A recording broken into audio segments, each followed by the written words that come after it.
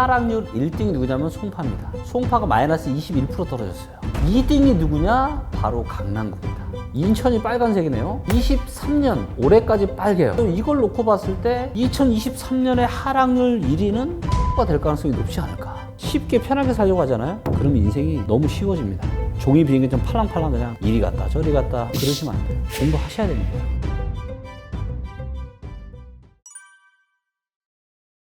네, 데이터로 한번 보도록 하겠고요. 여기 이제 랭킹에 들어가서 매매 증감률을 보시게 되면 서울 기준으로 지난 1년간입니다. 가장 많이 하락한 곳이 이제 강동구 14% 정도 하락했고요. 송파구가 13% 정도. 그리고 이제 서초랑 강남은 어딨냐면 2등이 서초입니다. 즉 덜 떨어지는데 2등이 이제 서초구고요. 서초구가 한 3.17% 떨어졌고요. 그 다음이 이제 5등 강남구인데 강남구가 5.67%. 그래서 지난 1년간을 놓고 보면 서초와 강남이 다른 지역보다 상대적으로 선방했다. 하락률이 좀 덜 하락했다. 이렇게 확인해 볼 수 있겠습니다. 강남 불패 신화라는 건 뭐냐면 강남구는 안 떨어져가 강남 불패가 아니고요. 대한민국에서 가장 비싼 데가 서울이고요. 서울이 제일 비싼 데가 서초 강남이에요. 그거의 불패입니다. 가장 비싼 거의 불패지 하락을 안 한다의 불패는 아니고요. 실제로 이것도 제가 데이터로 증명을 제가 해보이겠습니다. 역사적으로 봤을 때 지난 20년 동안 하락을 했을 때 어디가 제일 많이 떨어졌냐? 자, 누가 제일 많이 떨어졌죠? 강남구입니다.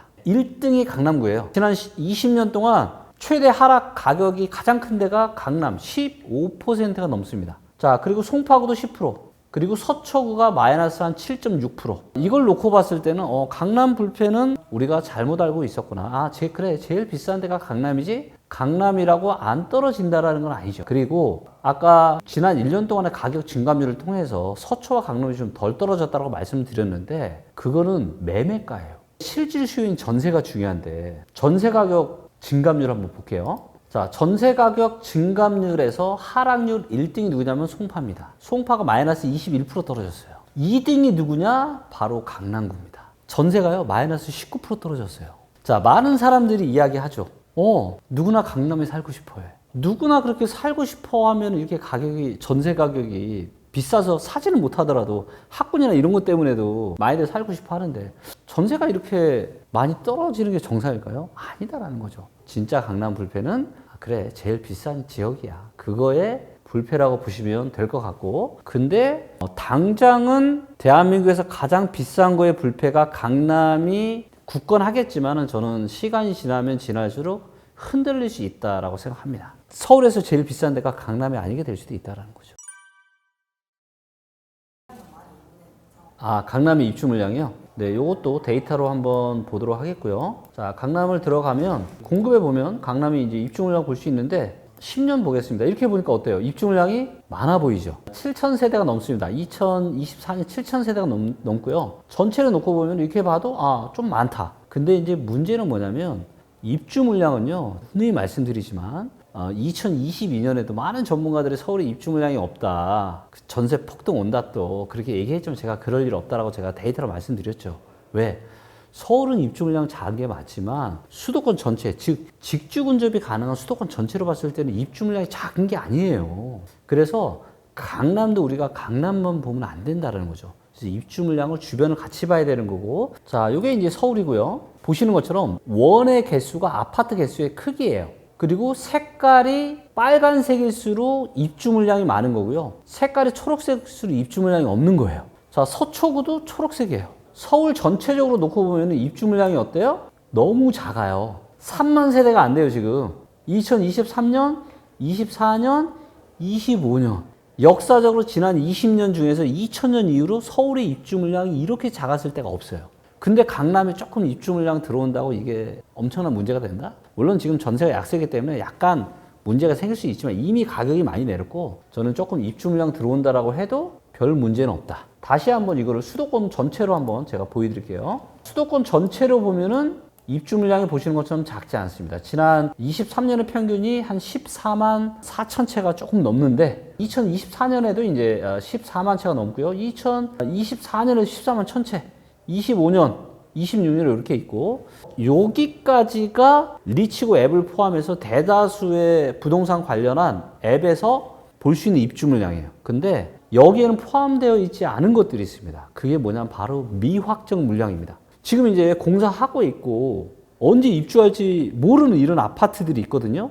그래서 이것까지 같이 봐야 훨씬 더 정확한 분석이 가능합니다. 그래서 미확정 물량까지 포함을 해서 이번에는 한번 데이터를 보여드리겠습니다. 이렇게 놓고 봐도 수도권 전체적으로 어때요? 24년 끝나고 25년부터는 어때요? 입주 물량이 많이 줄어들죠. 25년부터는 한 11만 세대 정도 됩니다. 26년에는 이제 10만 채 미만으로 떨어지고요. 27년에도 없어요. 근데 지금은 건설사들이 신규 사업을 거의 진행을 못하고 있어요.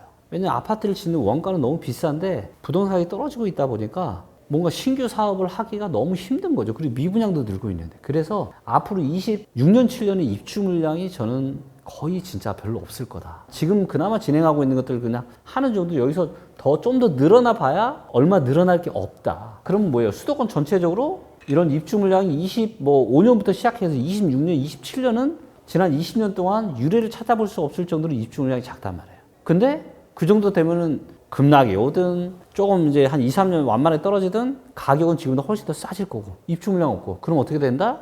다시 또 대세 상승 온다. 그리고 서울만 조금 디테일하게 볼게요. 서울의 입주 물량을 미확정 물량까지 같이 해서 좀 보도록 하겠고요. 일단은 서초와 강남구만 묶어서 볼게요. 서초와 강남구만 묶어서 이렇게 봐도 23년이랑 24년 입주 물량 많죠. 평균보다 많아요. 평균이 지금 5,800채 정도 되는데 8,000채가 조금 넘고요. 23년에는 24년에는 7,700채 정도 됩니다. 조금 많은데 이게 입주 폭탄인가요? 제 눈에는 평균보다 조금 많은 거지 이게 입주 폭탄이라는 단어까지 써갈 정도는 아니다라는 거죠. 그래서 저는 크게 이 입주 물량 때문에 문제될 건 없고 근데 25년, 26년, 27년 어때요? 입주 물량이 평균보다 또 작잖아요. 그리고 서울 전체적으로 놓고 보면은 자 어때요? 서울도 25년부터 입주 물량이 많이 줄어들죠. 그래서 제가 말씀드리는 게 서울은 진짜 빠르면 경제 충격 올지 않을지 몰라요. 그냥 큰 맥락상으로 제가 말씀드리는 그래서 정말로 빨리 오면 24년 하반기 아마도 25년 상반기 어느 즈음부터는 무조건 대세 상승으로 간다라는 게 아니라 뭔가 대세 상승으로 갈 수 있는 여러 가지 여건이 형성될 그럴 시기가 될 거다. 그리고 어쩌면 그때가 서울의 아파트를 살 수 있는 또 절호의 시기가 될 수도 있을 것 같아요. 그렇기 때문에 내 집 마련을 못 하신 분들은 편안한 마음 가지고 기다리세요. 다시 또 좋은 시기 옵니다. 그리고 또 그때 제가 또 와서 말씀드리겠습니다. 이제는 편안하게 내 집 마련 하셔도 되는 시기가 온 것 같습니다. 제가 얘기할 테니까 좀 기다리시면 좋을 것 같아요.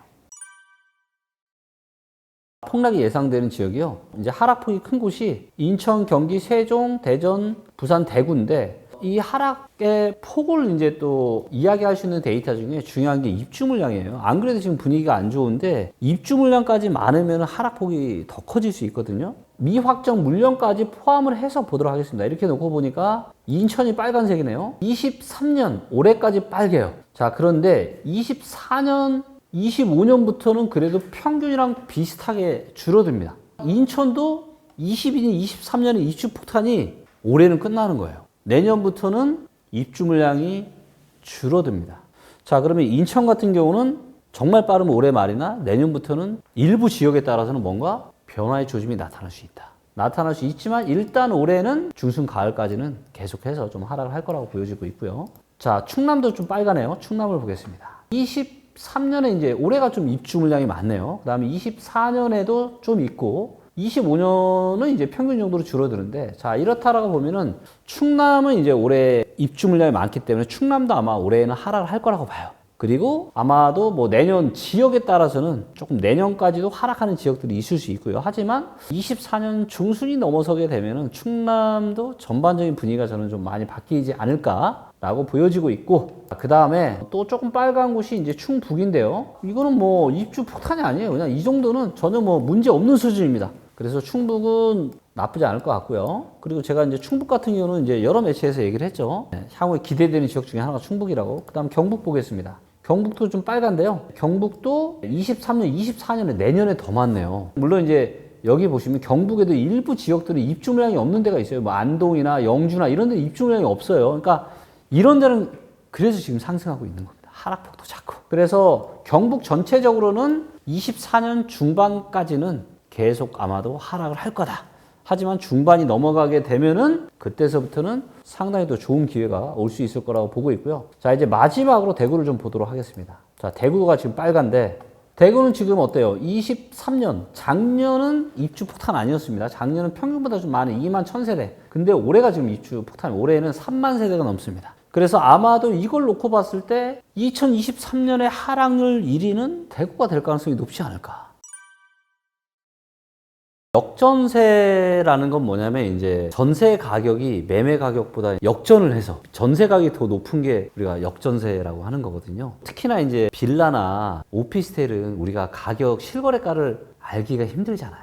아파트 같은 경우는 앱들이 많잖아요. 그걸 통해서 가격을 우리가 확인하고 역전세인지 아닌지 확인할 수가 있는데 빌라나 오피스텔을 그거를 하지를 못하다 보니까 그런 역전세 문제가 많이 발생을 했던 거고, 이게 왜 심각한 문제냐면, 자, 예를 들어 2억이라고 가격을 할게요. 매매가가 2억이에요. 그럼 매매가보다 전세가가 낮은 게 맞죠? 이게 정상이에요.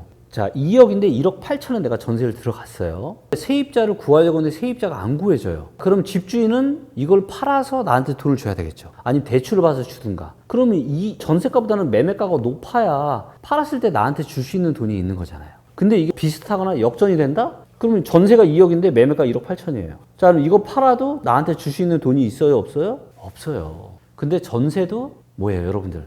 대출이잖아요. 내가 갖고 있는 돈이랑 전세 대출 받아서 내가 전세를 들어가는 건데, 그럼 역전세 당하면 어떻게 되겠습니까? 집주인만 문제가 생기는 게 아니고요. 나도 이 대출 받은 거 갚아야 되잖아요. 역전세가 있는 오피스텔을 제가 좀 보여드릴게요. 브랜드가 좀 있는 오피스텔에서 이제 이런 역전세 문제가 일부 있더라고요. 천호역 한강 프리지오 시티가 있습니다. 요게 지금 전세가 얼마냐면요. 평균 호가가 한 1억 8천 정도 합니다. 1억 8천 정도. 제일 낮은 거는 뭐 1억 7천도 있는데 1억 7천에서 1억 9천까지 왔다 갔다 하는데 평균이 1억 8천이에요. 전세가. 자, 근데 얘가 매매가 얼마냐면요. 1억 8천입니다. 근데 매매로 지금 가격을 내놓은 게 1억 7천짜리 매물도 있어요.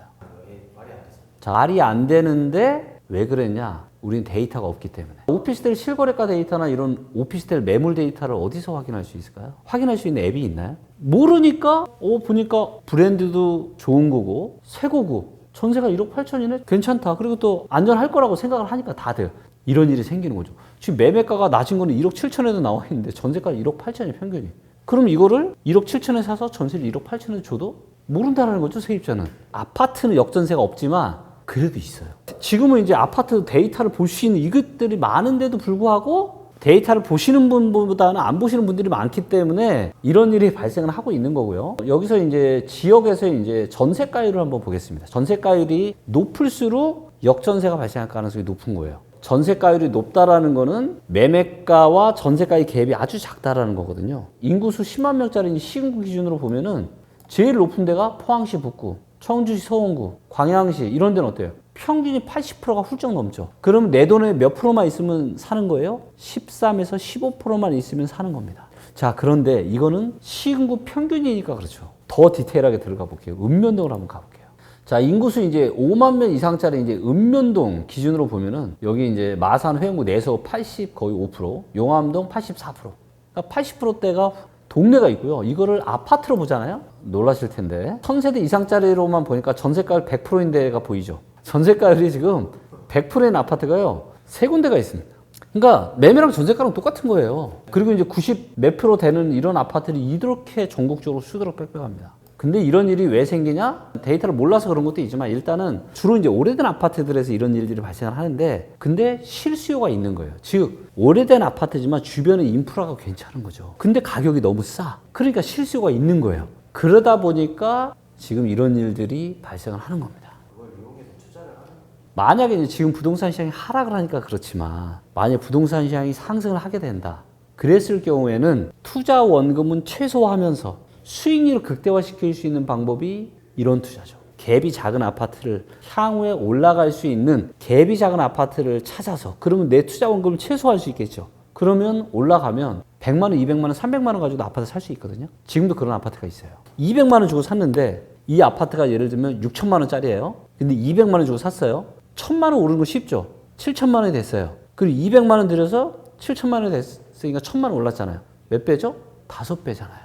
물론 이제 중개수수료 내고 하면은 조금 더 세금 내고 하면 조금 줄어들 수는 있겠지만 이런 투자가 어디 있어요. 그래서 상승기 때는 또 굉장히 이게 또 엄청난 레버리지로 작동할 수 있는 건데 지금은 문제는 매매가와 전세가가 둘 다 하락을 하고 있는 시기이기 때문에 이런 데이터 보고 지금 갭 투자했다가는 돈이 생기는 게 아니라 돈을 토해내야 되는 일이 발생할 수 있고 실제로 지금 이런 역전세 문제 때문에 돈 토해내시는 분들이 많아요. 이거는 이제 역전세는 아니지만, 그러니까 많은 분들이 정확한 개념을 이해되시는 게 뭐냐면, 역전세라고 하는 거는 매매가보다 전세가가 높은 걸 역전세라고 하는 거고요. 근데 지금은 전세가가 하락을 했잖아요. 전세가가 10억이었다가 6억까지 떨어졌어요. 이거는 역전세가 아닙니다. 일부 분들은 잘 모르시는 분들이 전세가가 하락을 했으니까 거꾸로 갔으니까 역전세 아니냐. 근데 이거는 이제 전세가가 하락을 한 거고, 근데 역전세보다 사실은 심각한 문제가 저는 이 전세가 하락 때문에 그럼 집주인들이 돈을 내줘야 되잖아요. 안 그래도 지금 힘들어 죽겠는데 돈까지 내줘야 돼. 이런 일들이 발생을 하고 있기 때문에 그래서 지금 부동산 시장이 대세 상승이 당장 1년 내에 오기는 쉽지 않다. 매매는 조금만 더 기다리시면 좀 좋을 것 같고요. 거품이 좀 빠져야 될 게 좀 있기 때문에 전세는 많이 빠졌어요, 이미. 그래서 전세는 상당히 거품이 좀 많이 빠졌기 때문에 향후에 입주 물량, 앞으로 입주 물량이 별로 없는 지역들에서는 전세 사는 거 저는 괜찮다고 봐요. 그리고 월세도 나쁘진 않습니다. 그래서 월세나 전세도 이제는 제가 보기에는 안정권으로 들어왔기 때문에 향후 입주 물량만 없는 곳이라면 지금 막 전세 싸게 들어가는 건 저는 좋은 선택이라고 생각합니다. 네, 지금 시장 효과가 나타나고 있죠. 일단 이제 특별 보금자리론으로 인해서 대출 받아서 집 샀을 때 이자 부담을 좀 많이 낮춰줬잖아요. 그리고 청약 같은 경우도 원래는 30평대 이상은 대출이 안 됐거든요. 다 내 돈 주고 샀어야 되는데 대출을 또 풀어주잖아요. 특별보금자리로 이자 부담도 낮춰주고, 즉 대출 끌어다 사라고 정책을 펼친 거죠. 그러니까 거래량이 늘었고 지금 청약하고 있는 것들도 문제가 없이 가고 있는 거고, 작년 연말까지 불안했던 금융시장 상황도 뭔가 지금 괜찮잖아요. 주가도 다시 좀 나쁘지 않은 이런 상황으로 가고 있고, 이런 것들이 겹쳐서 부동산 시장이 다시 좋아지는, 그러니까 어찌됐건 정부의 정책들이 잘 작동이 된 거죠, 지금. 규제화나 남아있는 거 있죠. 일단 토지거래 허가구역을 1년 더 연장을 했어요. 송파나 강남이나 이런 지역들은 토지거래 허가구역이 1년 더 연장이 됐습니다. 그 다음에 강남 4구를 아직 안 풀었어요. 묶여있단 말이에요, 규제지역으로. 그래서 이것도 풀어야 돼요. 부동산 시장이 더 안 좋아지면 이것도 이제 풀 거라고 저는 보고 있고요. 그 다음에 이제 과거에 부동산 하락기 때 나타났던 가장 강력한 정책인 미분양 주택 취득에 대한 이제 양도소득세, 한시적 비과세 혜택, 이것도 아직 안 나왔어요. 아직 저는 나올 정책들이 꽤 카드가 여러 개 있다 이렇게 보고 있습니다. 지금의 하락 속도에서 지금은 아니죠. 지금 꺼냈다면 큰일 나죠. 지금 좀 살아나서 일부 단지들 막 반등하고 이런 상황인데 만약 여기서 더 부양 정책을 펼쳤다? 그럼 여기서 더 올라가 버릴 수 있죠. 근데 그거는 또 정부가 원하는 게 아니잖아요. 국가에서도 지금 부동산 가격이 더 떨어져야 되는데 이런 얘기들을 공식적으로 하고 있잖아요. 그러니까 정부가 원하는 거는 급격 하락을 막는 거예요. 하지만 여기서 집값이 좀 더 떨어지는 거는 맞다라고 지금 인지를 하고 있는 거죠. 제대로 보고 있는 겁니다. 근데 이제 너무 단기간 급격하게 하락을 하면은 이게 부동산 시장에만 영향을 미치는 게 아니라 이게 금융시장에 영향을 미치잖아요. 우리가 작년 뭐 10월, 11월도 한번 생각해 보세요. 준촌중공도 지금 청약경쟁도 엉망으로 나왔지. 그러다 보니까 막 금융시장마저 그냥 들썩들썩 불안불안했는데 그래서 이제 정부가 이 부동산 부양 정책을 펼쳐서 막은 거예요. 공부하셔야죠. 데이터를 연구한 지는 지금 벌써 2016년부터 했으니까 지금 한 7년, 8년 정도 했는데 정확한 고점 매식이 21년 10월 달에 제가 10년에 한 번 올까 말까 저리 매도 기간이니까 팔아라. 근데도 많은 사람들이 공부하기가 싫다 보니까 주변에서 조금만 누가 뭐라 그러면 그냥 그 이야기. 이게 영상도 제가 이렇게 상당히 오랜 시간을 찍잖아요. 그럼 영상도 꾸준하게 좀 지켜보고 그리고 나야 되는데 그냥 썸네일만 보고 또 이상한 댓글. 그러니까 이런 것만 봐도 참 너무 세상을 쉽게 편하게 살려고 한다. 근데 여러분들 쉽게 편하게 살려고 하잖아요. 그러면 인생이 너무 쉬워집니다. 종이 비행기 좀 팔랑팔랑 그냥 이리 갔다 저리 갔다 그러시면 안 돼요. 공부하셔야 됩니다, 여러분. 앞으로 1년이 될지 2년 후가 될지 3년 후가 될지 그걸 누가 정확하게 알 수 있겠습니까? 하지만 시간이 지나면 지날수록 점점 더 가까워지겠죠. 그러면서 점점 더 명확해질 거예요. 언제 저로의 시기가 지금 왔다 안 왔다 이게 보인단 말이에요. 그리고 그때 기회를 잡으려면 뭐가 있어야 된다? 준비가 되어 있어야 된다. 시간 내서 보시면 거짓말같이 부동산의 세계가 보입니다. 계획을 잡아라. 왜? 정권이 바뀌고 정치인들이 바뀌어도 장난 못 치게. 여러분들이 부동산을 알려면 퇴근하시다가 한번 쭉 보시면 나라가 어떻게 돌아가는지, 국토가 어떻게 돌아가는지 이게 보입니다.